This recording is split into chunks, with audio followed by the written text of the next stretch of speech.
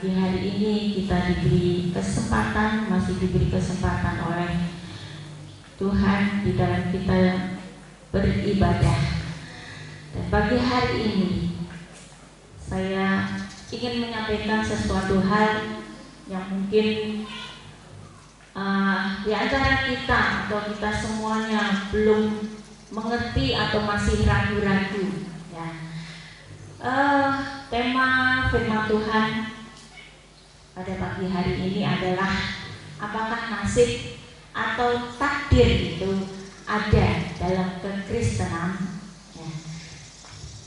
Apakah nasib atau takdir itu ada dalam kekristenan? Nah, Bapak Ibu saudara yang terkasih di dalam Tuhan, pagi hari ini, nah, sebelum kita melangkah lebih jauh, sebelum kita mengerti akan hal ini, ada satu pertanyaan buat Bapak Ibu saudara. Menurut Bapak Ibu, apakah nasib atau takdir itu menurut Bapak Ibu ada?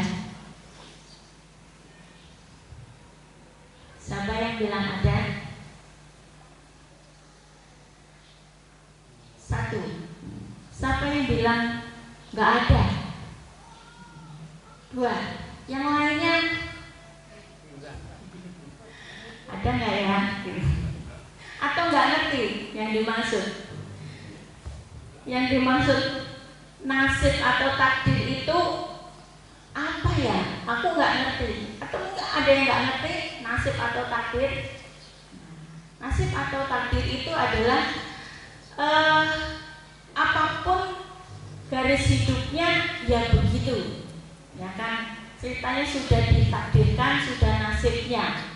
Tapi kalau nasib itu cenderung kepada hal-hal yang buruk atau hal-hal yang negatif, atau menyangkut paut dengan kesialan. Biasanya kalau orang-orang menganggap itu nasib itu seperti itu, ya, dikonotasikan dengan hal-hal yang buruk, hal-hal yang negatif, ya, itu nasib.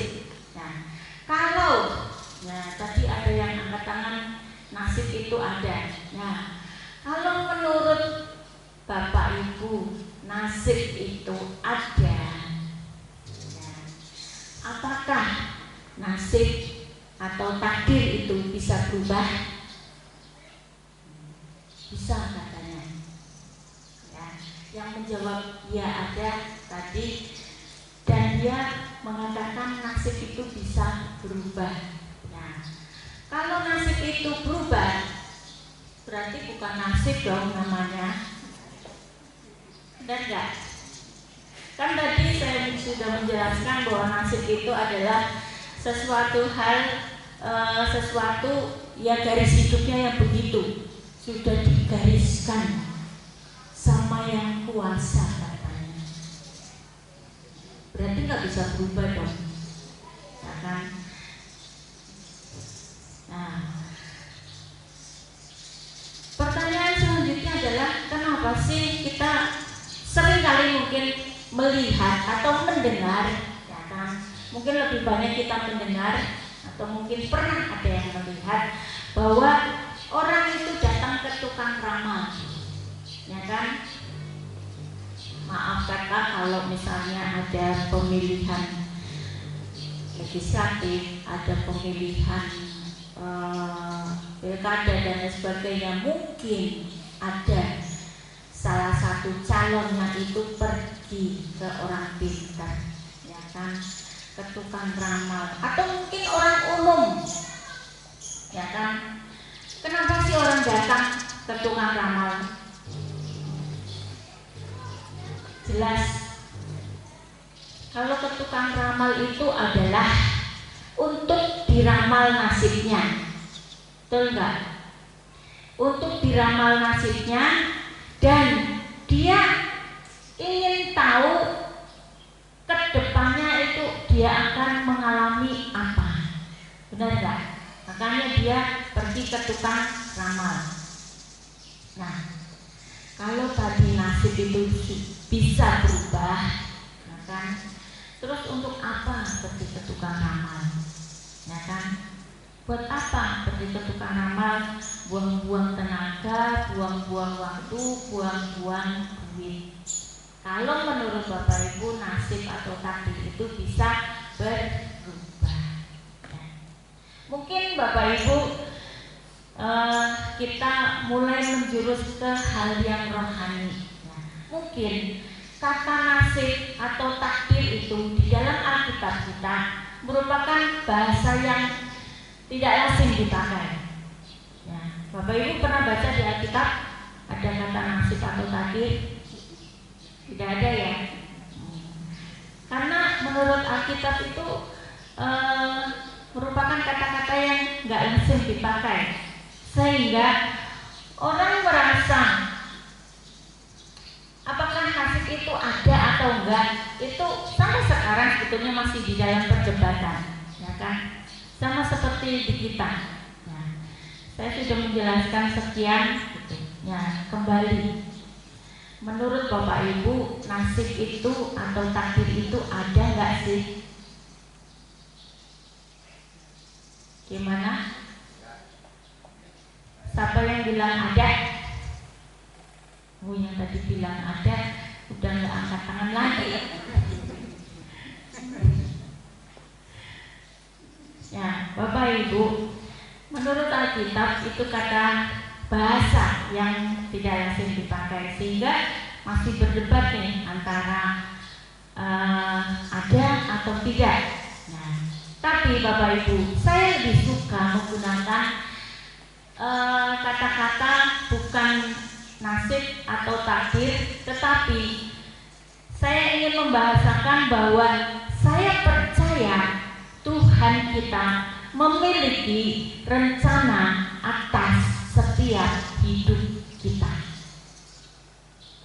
Ya.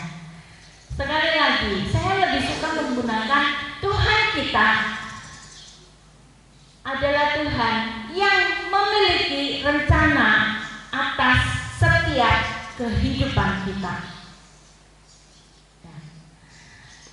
Apakah rancangan Tuhan buat kita masing-masing berbeda atau sama? Berbeda-beda. Nah, jelas rancangan Tuhan terhadap kita masing-masing berbeda. Ya. Jadi mungkin ada orang yang dirancangkan miskin. Kalau berbeda berarti kira-kira ada orang yang dirancangkan hidupnya miskin? Nggak ada. Ada yang bilang ada? Kalau ada yang bilang ada berarti bisa dikatakan saya dirancangkan oleh Tuhan, kehendak Tuhan menjadi orang miskin, ya kan? Ya, puji Tuhan. Bapak Ibu saudara yang terkasih di dalam Tuhan, ya. Sekali lagi yang ingin saya sampaikan adalah bahwa kita percaya rancangan Allah itu buat kita semuanya tanpa terkecuali. Tidak ada di dalam hidup kita itu gak ada rancangan Allah. Kalau Allah tidak merancangkan kehidupan buat kita, untuk apa kita dilahirkan di dunia ini, ya kan? Untuk memenuhi bumi, bukan itu yang dimaksud Allah. Tapi pada saat kita dilahirkan ke bumi ini, Allah merancangkan sesuatu buat kita.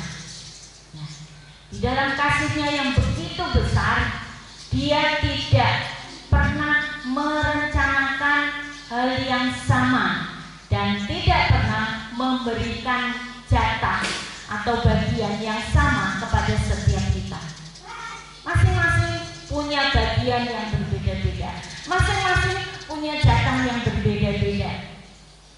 Nah, karena berbagai faktor, Bapak Ibu, ternyata manusia, kalau kita melihat, dia punya kesanggupan sendiri-sendiri.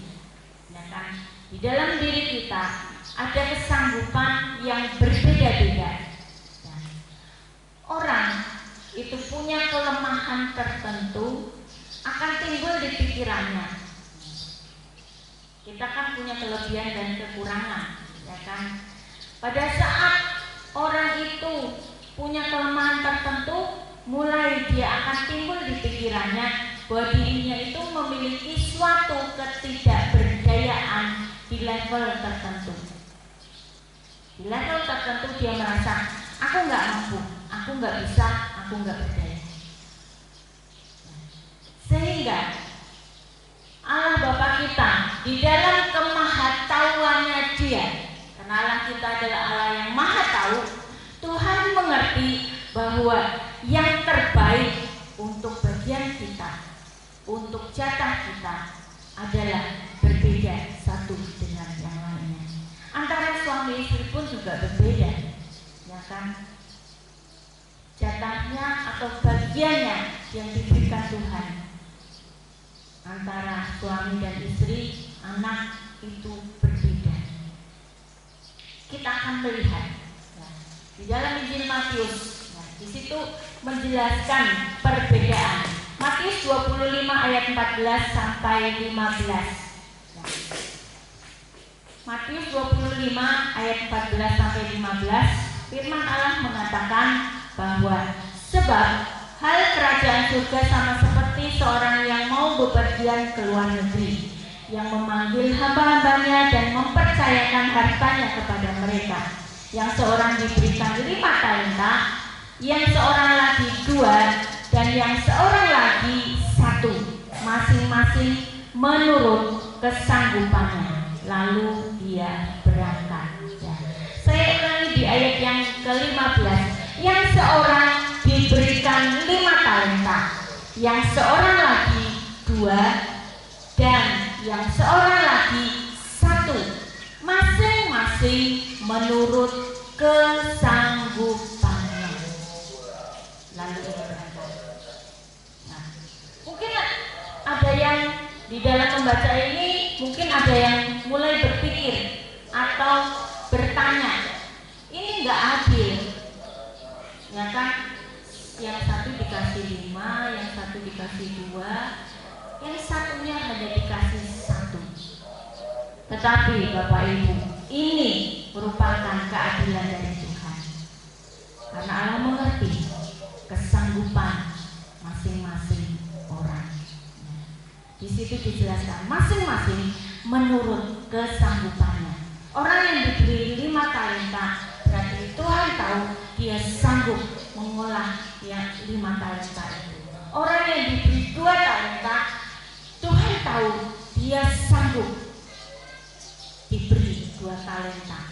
Dan orang yang diberi 1 talenta, Tuhan tahu dia hanya sanggup mengelola 1 talenta.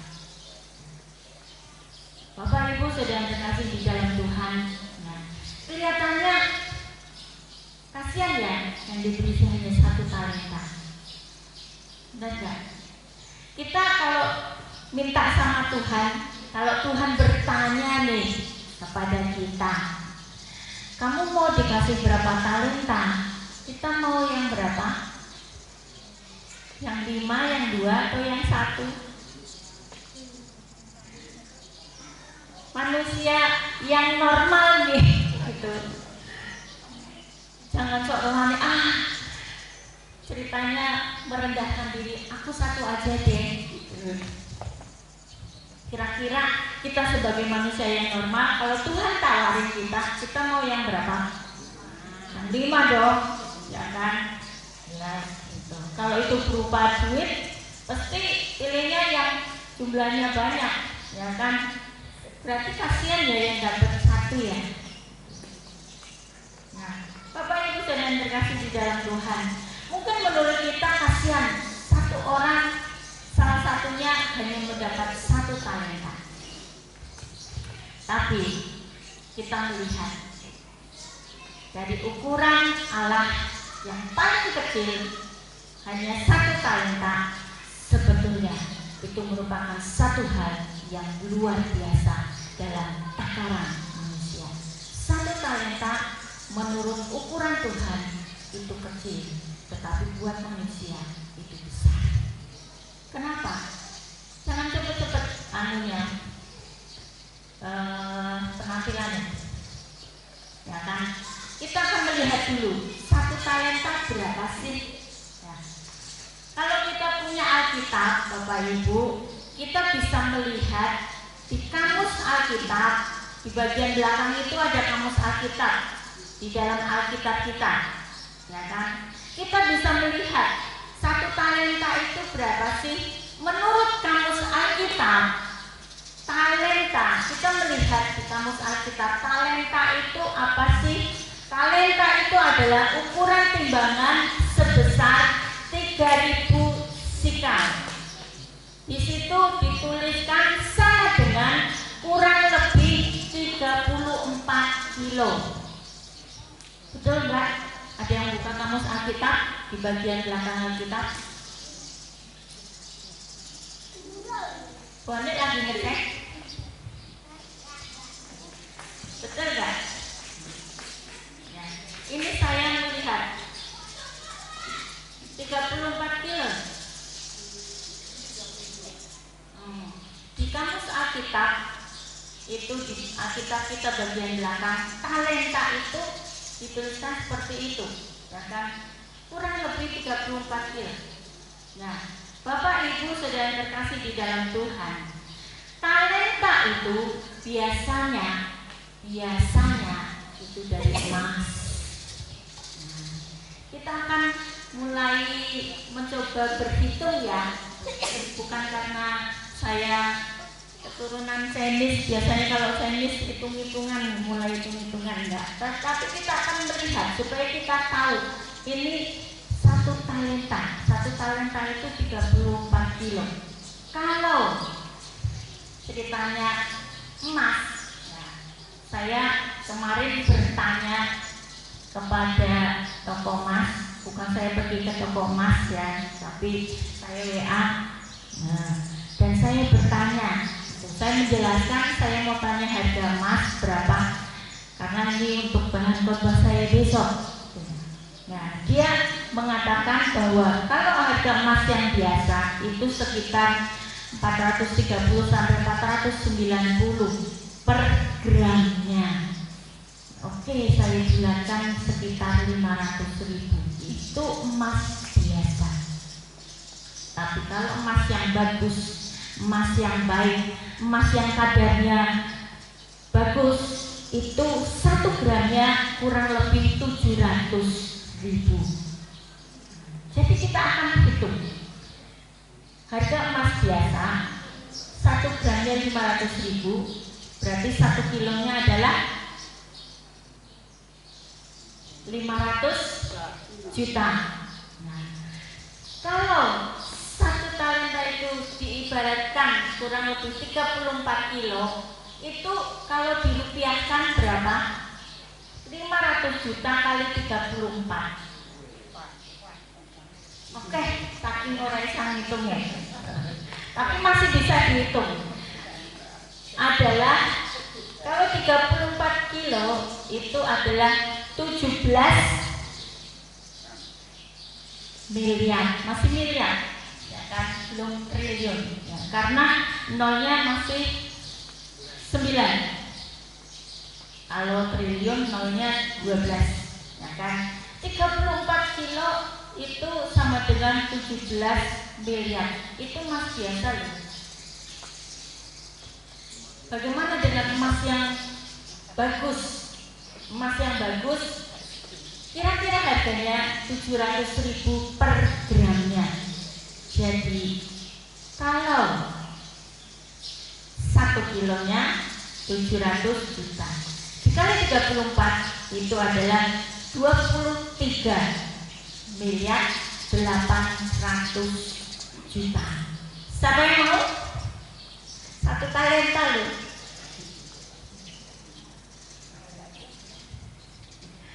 Wow, makanya ini saya memberi gambaran bahwa yang paling kecil dari ukuran Allah itu sebetulnya satu hal yang sudah luar biasa besarnya dalam ukuran manusia. Ya. Jadi kalau orang berkata, aku hanya dapat 1 talenta, aku hanya dapat jatah yang kecil, belum tentu. Tapi masalahnya adalah kebanyakan orang Kristen itu tidak bisa menggenapkan yang Tuhan sudah jatahkan dalam hidupnya. Seperti cerita yang tentang talenta ini, siapa yang mampu mengelolanya? Yang 5 mampu, yang 2 mampu, tapi dia yang 1, padahal hanya diberi 1, tetapi dia tidak bisa menggenapkan yang Tuhan sudah jatahkan dalam hidupnya. Dan sebetulnya Bapak Ibu, Allah itu punya rencana dan rancangan yang selalu luar biasa. Ada satu ayat yang mungkin ini sangat terkenal dan mungkin ini menjadi ayat favorit Bapak Ibu, yaitu di dalam Yeremia 29 ayat yang ke-11. Ayat ini mengatakan apa sih? Sebab aku ini mengetahui, aku adalah akunya besar, yaitu Tuhan kita. Tuhan mengetahui rancangan-rancangan apa yang ada padaku mengenai kamu. Jadi Tuhan tahu rancangan-rancangannya mengenai kita. Demikianlah firman Tuhan. Apa sih rancangannya Allah untuk kita? Yaitu rancangan damai sejahtera dan bukan rancangan kecelakaan, untuk memberikan kepadamu hari depan yang penuh harapan. Amin Bapak Ibu. Ini rancangan Tuhan loh buat kita. Rancangan damai sejahtera, bukan rancangan kecelakaan. Untuk apa Dia memberikan rancangan damai sejahtera? Untuk memberikan kepada kita hari depan yang penuh harapan. Kira-kira Bapak Ibu, harapan itu kenyataan tidak sih? Halo? Harapan itu kenyataan tidak? Halo? Harapan itu sudah jadi kenyataan tidak? Belum. Tetapi ada harapan yang akan menjadi kenyataan. Ini bedanya Bapak Ibu. Kita melihat perbedaan orang dunia itu berkata bahwa nasib itu adalah sama dengan sudah harga mati. Wis to, kowe iki wis ditakdirke urip kaya ngono. Itu kata orang dunia. Benar enggak? Kamu sudah ditakdirkan, sudah digariskan oleh Yang Maha Kuasa hidupmu seperti itu. Ini kalau kata orang dunia. Tapi kalau kamu mau berubah, nasibmu mau menjadi lebih baik, yuk ikut aku. Kemana? Ke orang pintar itu loh. Dia bisa merubah nasibnya. Kalau saudara diminta untuk supaya mau bisa berubah nasibnya, kita pasti memberikan korban, ya kan? Setannya minta sajen. Kalau sajennya sedikit, ya nanti dulu. Kalau sajennya banyak, ya setan hanya menjanjikan dengan harapan mudah-mudahan dengan adanya ini saya memberikan ini mungkin 1 jimat, mudah-mudahan akan bisa memperbaiki kehidupan Anda, ya kan? Ini belum pasti berarti. Bapak Ibu diminta untuk memberikan korban kepada setan dengan dengan harapan katanya akan memperbaiki nasib kita. Tapi kita melihat konsep dari Tuhan. Konsep dunia itu tadi seperti itu. Nasib itu sama dengan sudah harga mati. Tapi kita melihat di dalam Tuhan, kita punya konsep yang berbeda, bahwa Tuhan punya rencana buat setiap kehidupan kita, dan rancangannya seperti tadi dikatakan di dalam Yeremia 29 ayat 11, rancangannya adalah rancangan damai sejahtera, rancangan yang memberikan hari depan yang penuh harapan. Kemudian ternyata masing-masing kita sudah diberi talenta kepada Tuhan, oleh Tuhan. Kita masing-masing diberi talenta menurut kesanggupan kita. Tapi saya mau ingatkan kembali, mungkin Tuhan hanya memberikan satu talenta, tapi ingat, yang terkecil yang diberikan Tuhan menurut ukuran Tuhan kepada siapapun, itu ukurannya sudah luar biasa besar buat kita sebagai manusia. Satu itu sudah mampu untuk, sebetulnya mampu menjadi modal untuk kita bisa menjadi pengubah dunia ini. Kita berubah, bisa mengubah dunia ini menjadi yang lebih baik hanya dengan satu modal. Ingat di dalam Matius 17 ayat 20, kalau Bapak Ibu baca Matius 17 ayat 20, itu dikatakan untuk memindahkan gunung itu hanya diperlukan iman sebesar berapa sih? Biji sesawi. Bapak Ibu sudah tahu biji sesawi? Ada yang sudah tahu? Halo? Saya sudah pernah lihat biji sesawi. Oh, ini toh yang namanya biji sesawi. Bukan biji sawi ya, biji sesawi, ya kan? Biji sesawi itu memang kecil, sama wijen. Ya, wijen tahu ya, yang suka di onde-onde itu, ditemplek-templek katanya. Onde-ondenya larang lah, templek wijen siji-siji jadi. Sama wijen itu lebih besar wijen loh daripada biji sesawi. Ya. Karena saya pernah melihat itu karena beberapa tahun yang lalu pada saat Bapak Gembala pulang dari Israel, dia membawa itu. Ini loh, ini kamu tahu gitu loh. Ini yang namanya biji sesawi itu kecil sekali, hampir mirip dengan pasir, tapi itu memang putih seperti wijen putih, tapi kecil, lebih kecil dari wijen. Itu biji sesawi ya. Dan di dalam Matius 17 ayat 20 mengatakan untuk memindahkan gunung hanya diperlukan iman sebesar biji sesawi.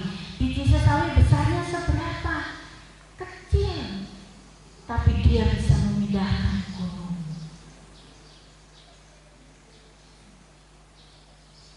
Nah, Bapak Ibu Saudara terkasih di dalam Tuhan, ada satu pertanyaan nih. Apakah memang rencana Tuhan itu pasti terkenalkan dalam hidup kita? Menurut Bapak Ibu gimana?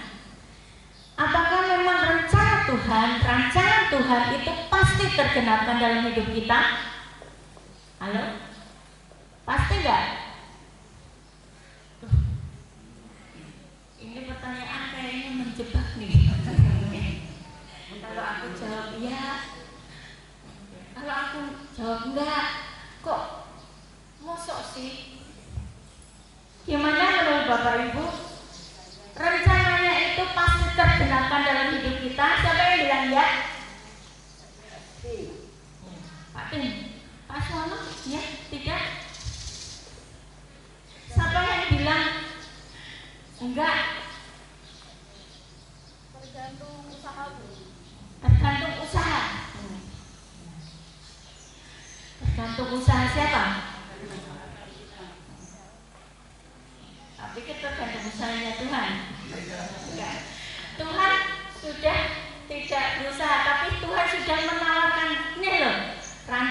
rencanaku mengenai kamu. Ya kan, jelas itu tertulis di dalam Yeremia 29 ayat 11. Ya. Apakah memang rencananya itu pasti terkenakan dalam hidup kita?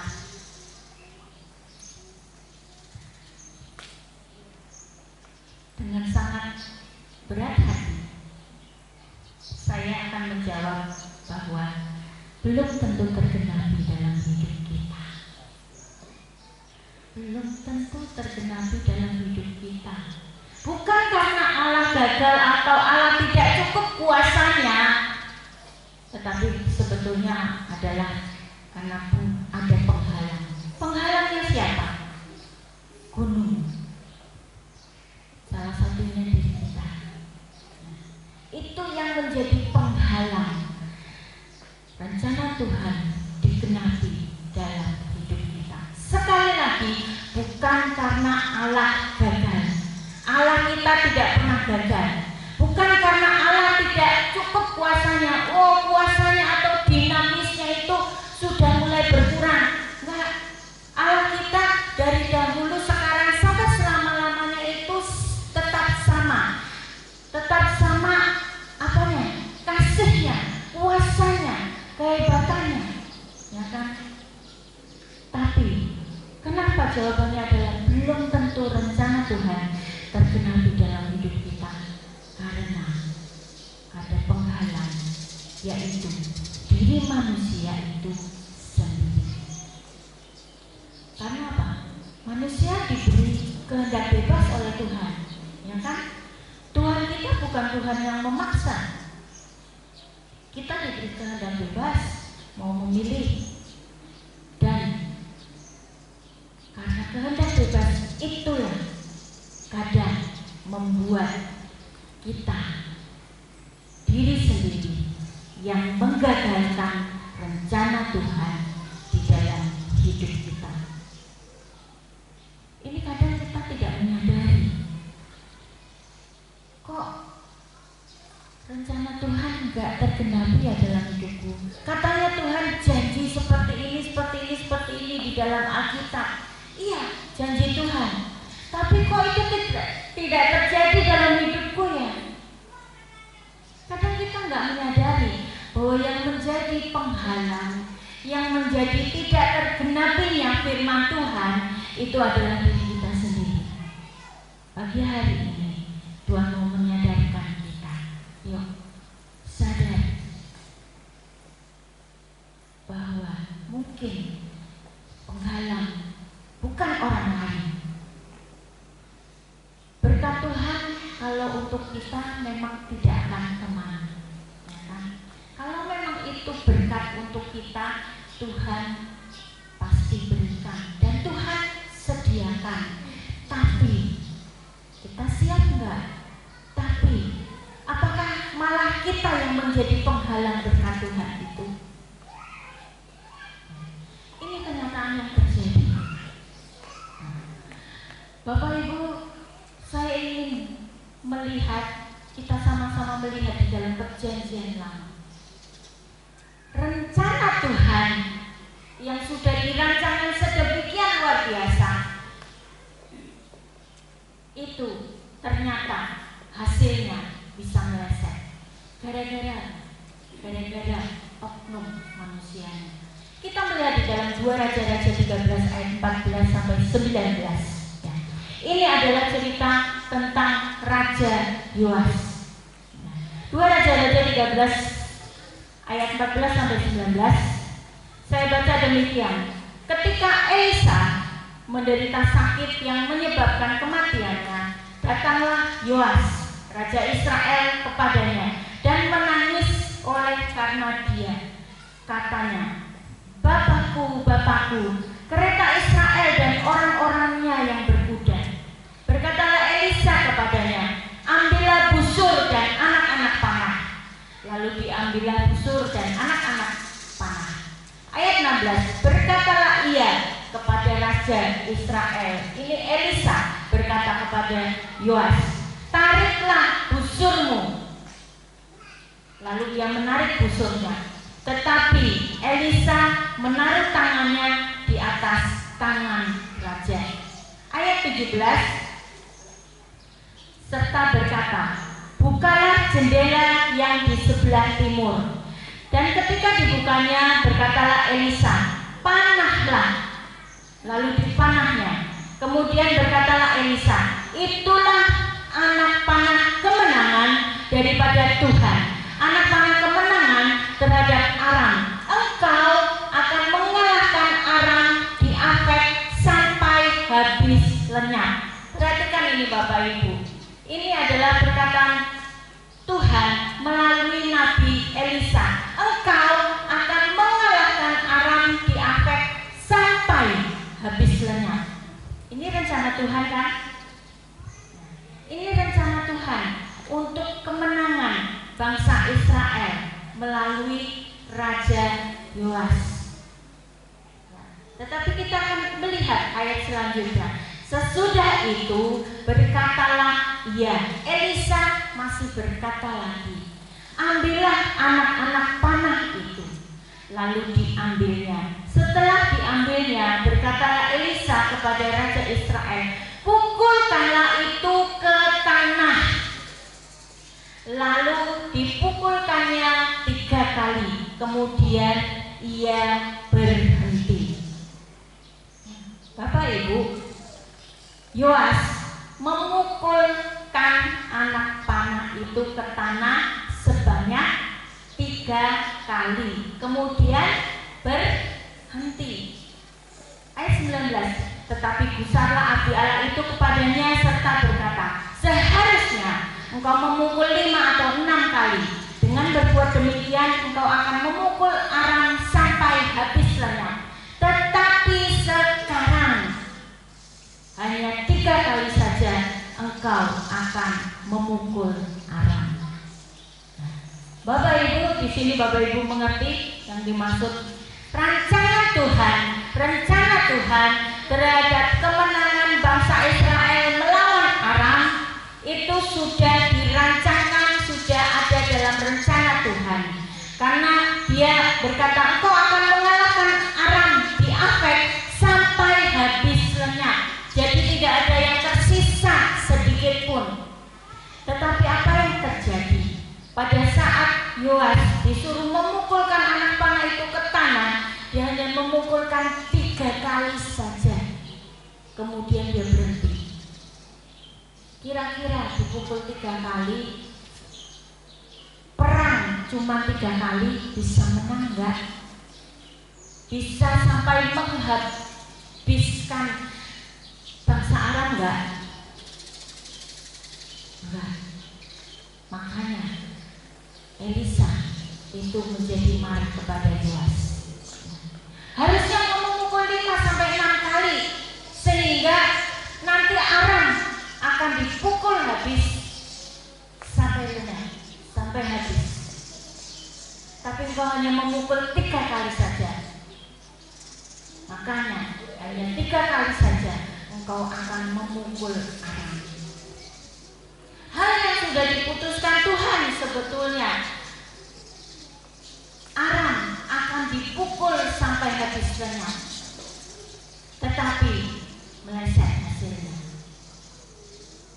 Ada hal-hal yang sering kali kita sendiri putuskan, yang akan sanggup mempengaruhi sampai seberapa kelak kita menikmati jatahnya yang dari Tuhan. Jatah yang Tuhan sudah berikan di dalam kehidupan kita.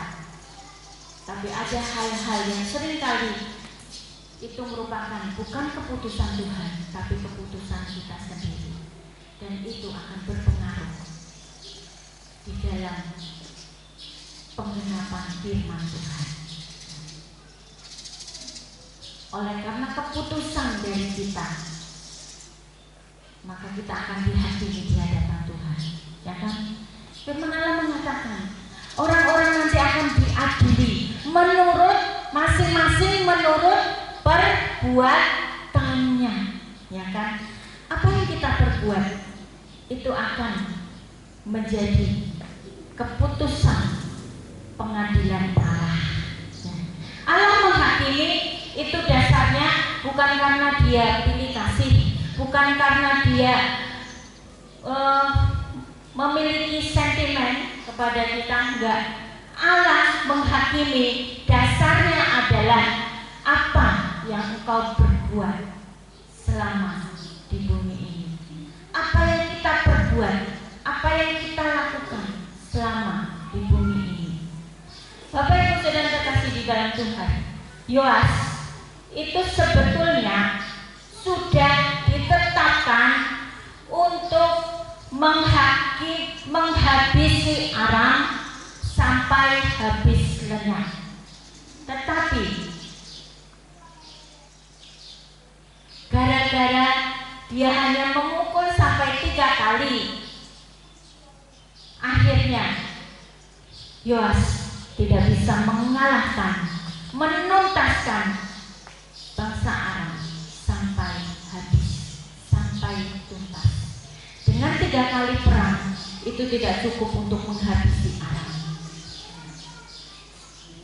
Mungkin ada yang berkata bahwa Yoas tidak tahu harus memukul berapa kali. Tapi sebetulnya itu masalahnya, ya kan? Ya harusnya Elisa memberi penjelasan yang jelas dong, ya kan? Sebetulnya dia, Yoas itu harus belajar dari pengalaman yang pertama. Pengalaman yang pertama, Elisa kan bilang, ambil busurmu, panahkan. Ya. Kemudian Yoas ini mulai akan memanah, tapi tangan Elisa memegang tangan Yoas, kemudian diarahkan ke jendela sebelah timur. Mungkin pada saat itu dia mungkin mengarahkan busur dan panahnya ke utara, ke selatan, atau ke barat. Nah, tetapi itu diarahkan ke sebelah timur oleh Elisa. Dan kemudian perintahnya yang selanjutnya adalah pukulkanlah anak-anak panah itu ke tanah. Harusnya Yoas itu mulai berpikir, ya kan, tadi aku mau manah aja dituntun oleh Elisa, oh arahnya ke timur, ya kan. Harusnya pada saat dia disuruh memukul, harusnya dia punya pikiran bertanya, dipukul sampai berapa kali. Tapi ini enggak, ya kan. Ya udah, yang penting mukul 1, 2, 3, dah. Ternyata itu sangat berpengaruh atas kemenangan bangsa Israel melawan bangsa Aram. Ya. Oleh karena keputusan inilah, maka yang terjadi, hal yang sudah dirancangkan Allah hasilnya meleset. Bapak Ibu Saudara dikasih oleh Tuhan, mungkin ada yang bertanya, harusnya Elisa kasih penjelasan yang jelas, pukul sekian kali. Nah, Bapak Ibu, saya mau katakan, Tuhan itu sebetulnya seperti itu. Maksudnya adalah Tuhan kalau memberi perintah itu bukan perintah dari ngomong dari A sampai Z terus sudah, enggak. Tetapi Tuhan kalau memberitahu kita, kalau memberi perintah buat kita adalah ABC, berhenti. Harusnya kita lakukan dulu ABC. Kemudian nanti Tuhan akan lanjutkan DEF. Jadi Tuhan tidak pernah memberikan perintah langsung A sampai Z, rampung. Enggak. Tetapi Tuhan, sepertinya Tuhan memberikan perintah kok ya sepenggal-sepenggal. Ingat, Tuhan adalah Maha Tahu. Tuhan tahu kemampuan kita. Oh, kalau aku memberikan perintah kepada dia ABC, dia dia mampu melakukan. Bapak Ibu Saudara terkasih di dalam Tuhan, kadang banyak sekali orang yang merasa sok tahu, seperti Yoas, raja Israel. Harusnya raja memerintah dong, memberi perintah, bukan diperintah. Dan dia merasa sok tahu, ya kan? 1, 2, 3. Yang penting kan aku sudah melakukan kewajibanku memukul anak panah ke tangan. Dia lupa, harusnya dia berpikir pada saat dia mau membusur aja arahnya sudah salah, tapi Elisa masih mengarahkan, dia memegang tangan raja dan diarahkan ke timur, ya kan? Nah, banyak orang yang sok tahu seperti Raja Yoas ini, dan disinilah banyak anak Tuhan jatuh. Sekali mendengar firman, kita anggap, aku udah ngerti, yakin, udah pasti nih. Tapi belum tentu, sebab tindakan kita selanjutnya itu akan mempengaruhi apakah kita bisa menggenapkan atau tidak apa yang Tuhan sudah rencanakan dalam hidup kita.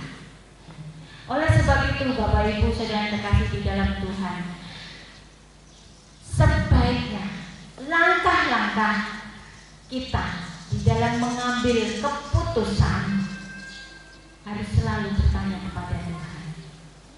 Banyak orang hanya menangkap utuhnya saja. Aku mau begini, pasti hasilnya begini. Belum tentu, Bapak Ibu, ya kan? Ternyata belum tentu. Karena apa? Langkah-langkah kita selanjutnya itu loh yang menentukan. Benar nggak rencana Tuhan itu digenapi dalam hidup kita, atau hasilnya akan meleset? Itu yang menentukan langkah-langkah kita selanjutnya. Benar enggak firman Tuhan itu akan tergenapi dalam hidup kita atau tidak? Tuhan sudah menyediakan rencana, tapi kita bisa berhasil, kita bisa sukses, kita bisa menggenapkan firman Allah, tapi kita bisa juga akan gagal. Dan mungkin hanya mendapatkan sebagian saja dari jatah yang sebenarnya Tuhan sudah berikan. Banyak anak Tuhan, banyak orang Kristen yang tidak bisa menggenapkan jatah yang sudah diberikan oleh Tuhan, yang sudah disediakan oleh Tuhan. Kesalahan Yoas itu karena dia gegabah orangnya. Tapi kita juga tidak harus selalu diintervensi terus. Nanti kita tidak bisa bertumbuh, ya kan?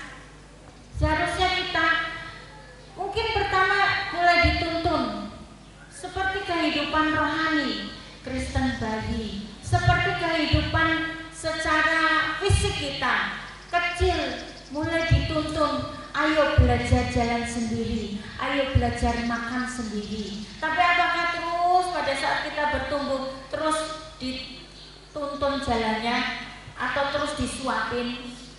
Kan enggak, ya kan? Kita juga tidak bisa terus menerus diintervensi. Nah, ada waktunya kita harus dewasa. Dan seharusnya bagaimana kita bisa mengalami kedewasaan itu? Belajar dari pengalaman masa lalu, belajar dari kesalahan yang pernah terjadi, belajar dari pengalaman orang lain. Banyak hal, ya kan? Hidup ini untuk belajar, Bapak Ibu, supaya kita semakin hari semakin memiliki kehidupan yang semakin, bukan saja semakin baik, tetapi semakin berkenan kepada Tuhan. Kalau kita seperti itu, maka saya pastikan setiap janji-janji firman Tuhan itu pasti terjadi. tergenapi dalam hidup kita. Bapak Ibu Saudara terkasih di dalam Tuhan, kita akan melihat di Alkitab beberapa hal yang membuktikan bahwa rencana Allah itu rencana yang luar biasa. Dan sebetulnya hidup kita itu ada di jalur rencananya. Saya ingin mengambil contoh yang ideal, yaitu Yesus. Yesus merupakan contoh ideal buat kita. Di dalam Yohanes 6 ayat 37 sampai 38, firman Allah mengatakan demikian. Yohanes 6 ayat 37-38, semua yang diberikan Bapa kepadaku akan datang kepadaku, dan barang siapa datang kepadaku, ia tidak akan kubuang, sebab aku telah turun dari surga bukan untuk melakukan kehendakku, tetapi untuk melakukan kehendak Dia yang mengutus aku.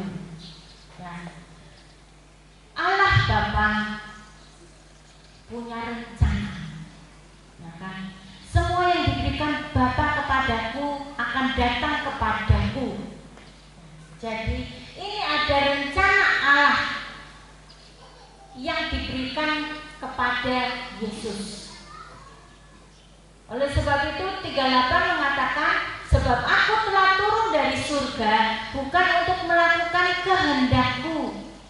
Yesus turun ke surga bukan untuk melakukan kehendaknya sendiri, kehendak Yesus. Karena Yesus turun ke surga, Yesus ada di bumi, Dia menjadi 100% manusia, tetapi Dia juga 100% Allah. Ini adalah ketritunggalan Allah. Tetapi Dia berkata, Dia datang dari surga, turun dari surga untuk melakukan kehendak Allah, kehendak Dia yang telah mengutus aku. Tuhan tahu rancangannya, dan Dia hanya melakukan apa yang Bapa perintahkan. Kemudian kita melihat di dalam Yohanes 3 ayat yang ke-25 sampai 27. Firman Allah mengatakan demikian, maka timbullah perselisihan di antara murid-murid Yohanes dengan seorang Yahudi tentang penyucian. Lalu mereka datang kepada Yohanes dan berkata kepadanya, Rabi, orang yang bersama dengan engkau di seberang sungai Yordan dan yang tentang dia engkau telah memberikan kesaksian, dia membaptis juga dan semua orang pergi kepadanya. Jawab Yohanes, tidak ada seorang pun yang dapat mengambil sesuatu bagi dirinya kalau tidak dikaruniakan kepadanya dari surga. Bapak Ibu mengerti? Jawab Yohanes, tidak ada seorang pun yang dapat mengambil sesuatu bagi dirinya kalau tidak dikaruniakan dari surga. Kalau tidak dikaruniakan dari surga, itu tidak ada satupun yang bisa mengambil bagian orang. Makanya saya katakan, kalau itu sudah menjadi bagian kita, kalau itu sudah menjadi berkat untuk kita, tidak mungkin berkat itu akan lari kemana. Tinggal langkah-langkah kita selanjutnya. Allah punya rencana, dan masing-masing kita diberi jatah menurut kesanggupan kita. Tetapi yang jadi masalah adalah apakah kita akan menggenapkan atau tidak yang Tuhan rancangkan. Itu tergantung dari apakah hidupmu akan diwarnai dengan ketaatan demi ketaatan kepada Tuhan, atau engkau akan jalan dengan pengertianmu sendiri. Itu yang menjadi hasil akhirnya. Dan ini yang perlu kita waspadai Bapak Ibu, karena banyak sekali anak-anak Tuhan jatuhnya di sini. Ya kan? Dia terima rancangan yang baik dari Tuhan. Dia tahu hal yang luar biasa dari Tuhan. Dia tahu masa depan yang luar biasa, yang penuh harapan yang Tuhan sudah sediakan. Tapi langkahnya dia hanya semau gue. hanya mengikuti kemauannya sendiri, hanya mengikuti pikirannya sendiri, hanya mengikuti mengalir sajalah.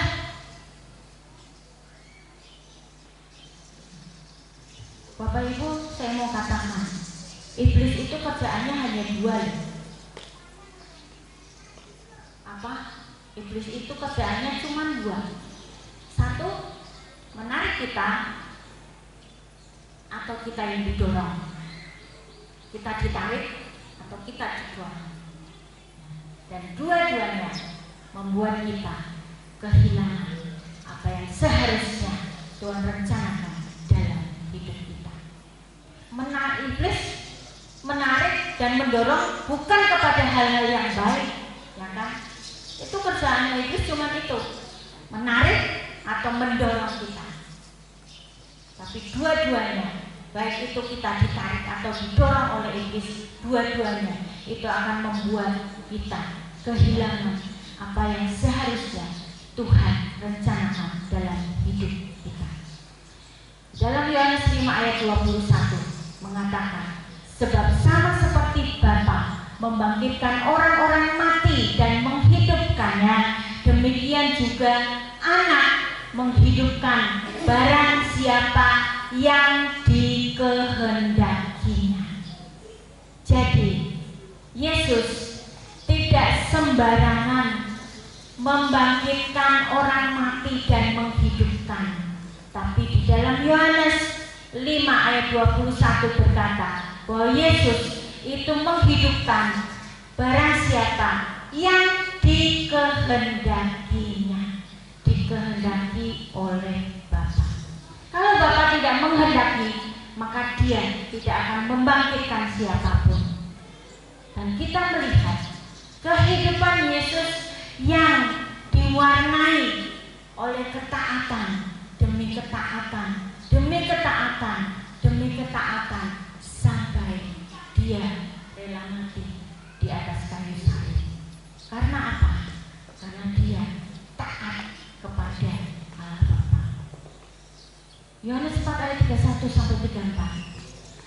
Sementara itu murid-muridnya mengajak Dia, katanya, Rabi, makanlah. Akan tetapi Ia berkata kepada mereka, padaku ada makanan yang tidak kamu kenal.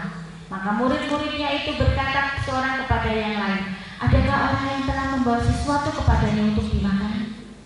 Kata Yesus kepada mereka, makananku ialah melakukan kehendak Dia yang mengutus aku dan menyelesaikan pekerjaannya. Sekali lagi, makananku ialah satu, yang pertama, melakukan kehendak Dia yang mengutus aku, kehendak Allah Bapa. Dan yang kedua, menyelesaikan pekerjaannya. Bapak Ibu, kalau Bapak Ibu perhatikan ini, banyak orang kebalik, ya kan? Terbaliknya apa? Pekerjaan Tuhan digarap dahulu, tapi kehendaknya Dia tidak pernah lakukan. Dan saya pastikan itu pasti akan mengalami kegagalan. Seringkali kebalik, dan banyak sekali orang melakukan hal yang terbalik.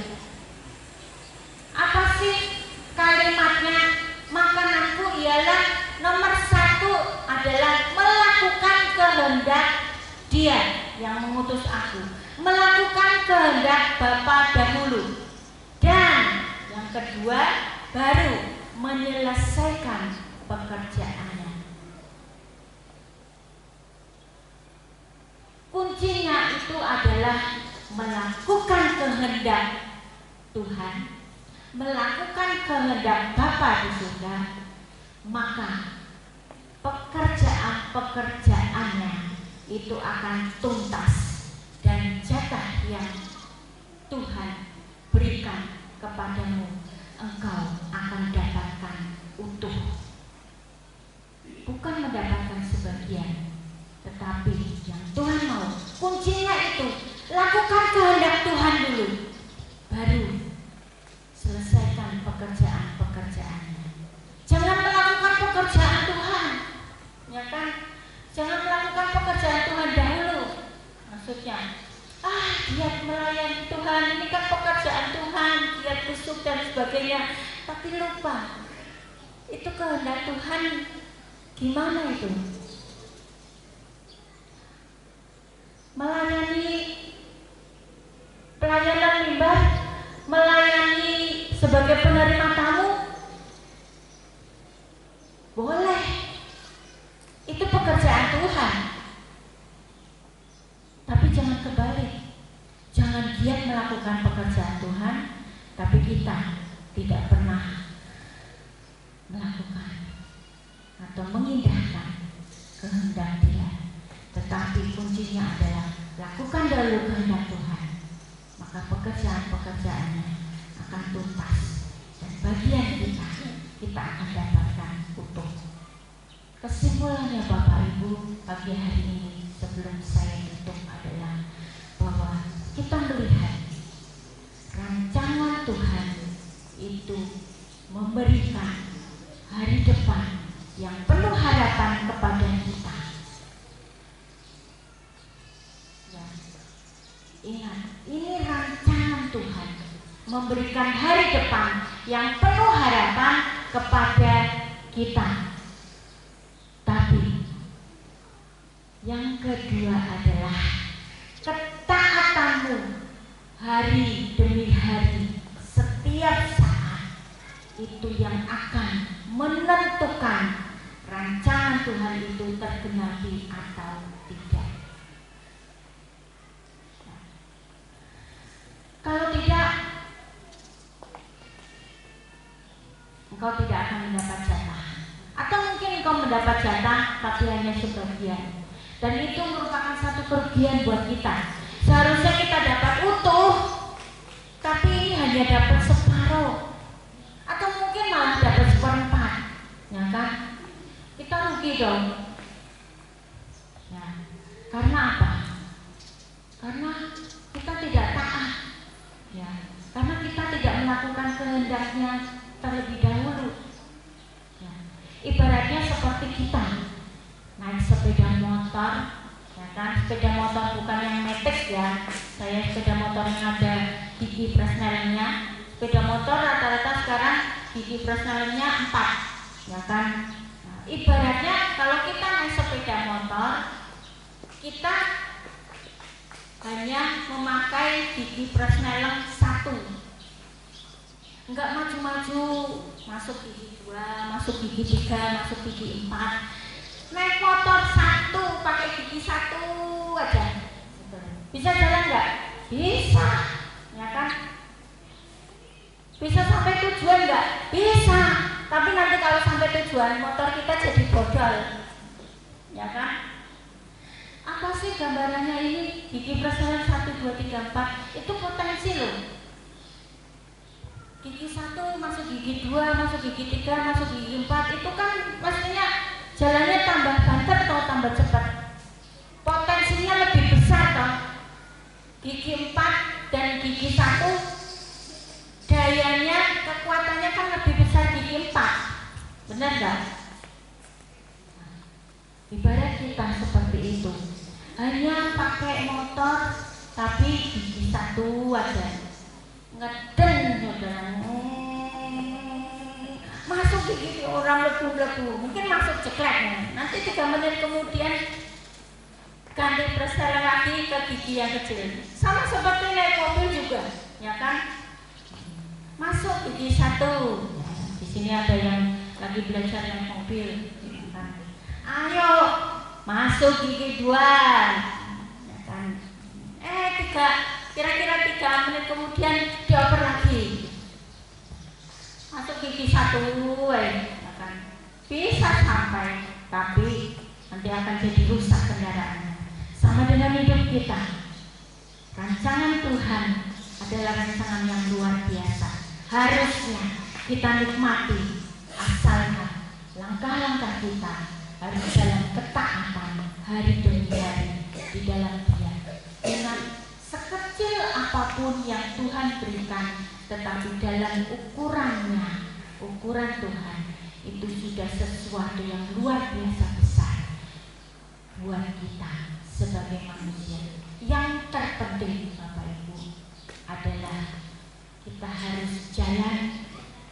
harus melakukan kehendak seperti yang Tuhan mau. Tuhan memberkati. Mari kita akan sama-sama bangkit berdiri. Kita akan tutup firman Tuhan ini. Kita mau menyanyikan sebuah lagu, Ku Datang Ya Bapa.